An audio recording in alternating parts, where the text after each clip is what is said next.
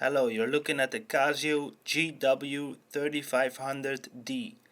This is Casio's G-Shock from the Aviator series. What sets it apart from the B is the fact this model has a stainless steel bracelet and the B has a resin strap.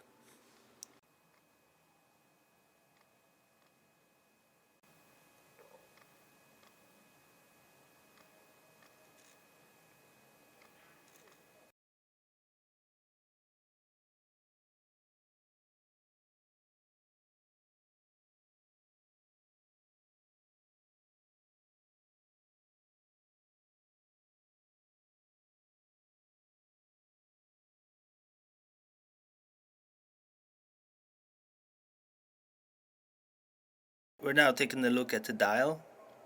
As you can see, there's a lot of things going on this dial. It's kind of busy here, but I like that. It gives kind of a technical feeling to this watch. I will explain to you what it all means. If you can see below, just above the digital time, you see tough movement.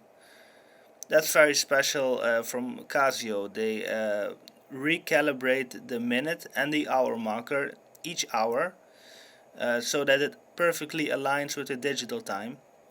The minute and the hour marker might be not sharply configured because of the fact this watch can handle up to 12G.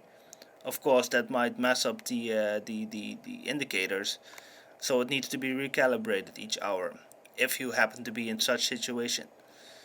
For me, that would never be the case. I guess I will wear this watch mostly behind the desk, but it's nice to have. Furthermore, you can see, of course, very easily which day it is today, Tuesday. Next to that LCD screen, you got a little indicators showing me what kind of functions are enabled at the moment. As you can see, the signal is enabled for me now, so the hourly signal. Below that you have another indicator. It's pointing at a different time zone. For me it's 22 minutes past 10 now, so there it's 22 minutes past 3 at night. It's Berlin time. I'm in China at the moment, so I can already keep track of 2 time zones. It can even be more. I can keep track of 3 time zones if I want to, but 2 is enough for me. Okay, on the other side, on the left, we have an indicator, a power indicator. Since this is a solar power movement, it's charged by sunlight. As you can see now, it's fully charged. It's pointing to the H, which is high. You also have the medium, then the battery is medium, low, and the C stands for charge. Okay. Furthermore, this is a multi-band watch. It can receive calibration signals from the atomic clocks around the world. Since this is a multi-band, it functions all around the world. In America, in Europe, in China, and in Japan. You can have a look at when the last time is when the watch is calibrated. I'll do that right now. Click over here, get 28 February, 2 minutes past 1 at night. So yesterday night it was recalibrated for the last time. So you're damn sure this watch is dead on accurate. Furthermore, you can also manually get the signal, but normally you just make sure this watch is in the right time zone, the right date, and the rest is all taken care of by the watch.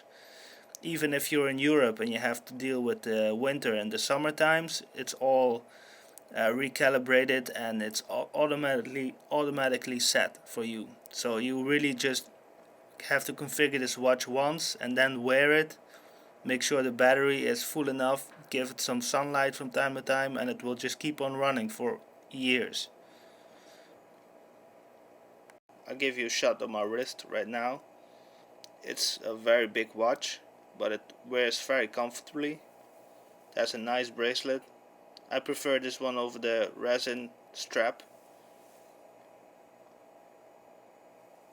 Flip lock.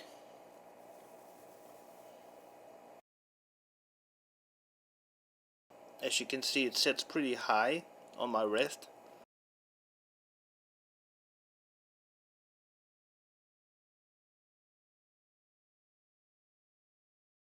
But there are no sharp edges, so it will not dig into your hand, as you can see. Also, the buttons on here are pretty thick, so it's able to operate this watch even when you have gloves. Personally, I like the fact that you see the screws in here. Really adds up to the big rugged feeling you have of this watch.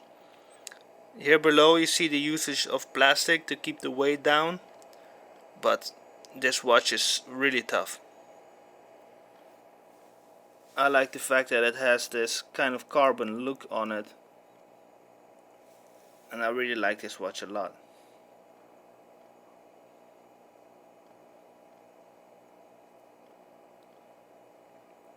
Only downsides is what you can see now is that the minute marker is blocking the LCD screen, but of course when you are put it to the same time you know exactly what time it is. Some people complain about that. Of course you can tilt the watch and still see what time it is. All in all, a very nice watch. This one is dead on accurate. I tested it with the atom time on the internet, and it's really on the second, of course. Even if you don't calibrate this watch, in a month the accuracy varies plus minus 15 seconds. So even the movement itself is already very accurate, let alone if it's calibrated each night. You can have the most accurate time. No Swiss watch can compete with this accuracy.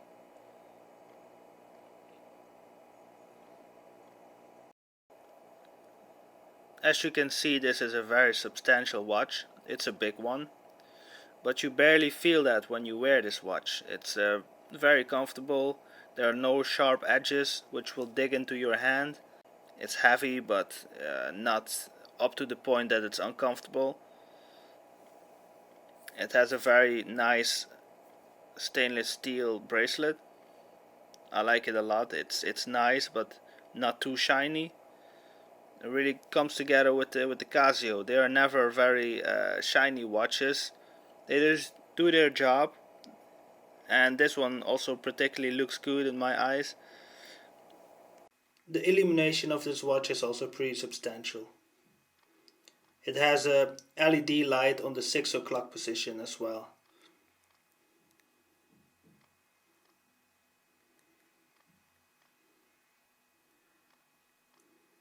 Enough to read the time, and even a digital display. This watch being a G-Shock, it has more functions than only keeping track of the current time. Of course, you have different kind of functions, which I will show you right now. We go into the modes. That's the button on the left side below the mode button. Click it once. We go to world time, WT. As you see now, the LCD screen, it's a little bit hard to tell, but it says BER, which stands for Berlin. So this is the Berlin time, European time. So I can keep track of my time zone at home. Click it another time, the button. We have the stopwatch. We all know how that works. Start, stop, and reset. You can time events. Click it another time. You have a countdown timer. I set it to 5 minutes. Start, and then when the 5 minutes are up, then you hear the time signal, and you timed an event. Let's say, for instance, boiling food or an egg or whatever you like to time. Click another time. Now we're in the signal. As you can see, on in the lower LCD screen means I have enabled this hourly signal. Click it again. You go back into timekeeping mode, and you see the time is going back to the time zone that I am in, because I like the analog and the digital time displaying the time zone that I am in. And this indicator here on the right side, indicating the time zone that I want to keep track of. That's sufficient enough for me. Thanks a lot for watching this video. If you have any questions, leave it behind in the comments. If you like this video, please rate it. Thank you for watching. Have a nice day.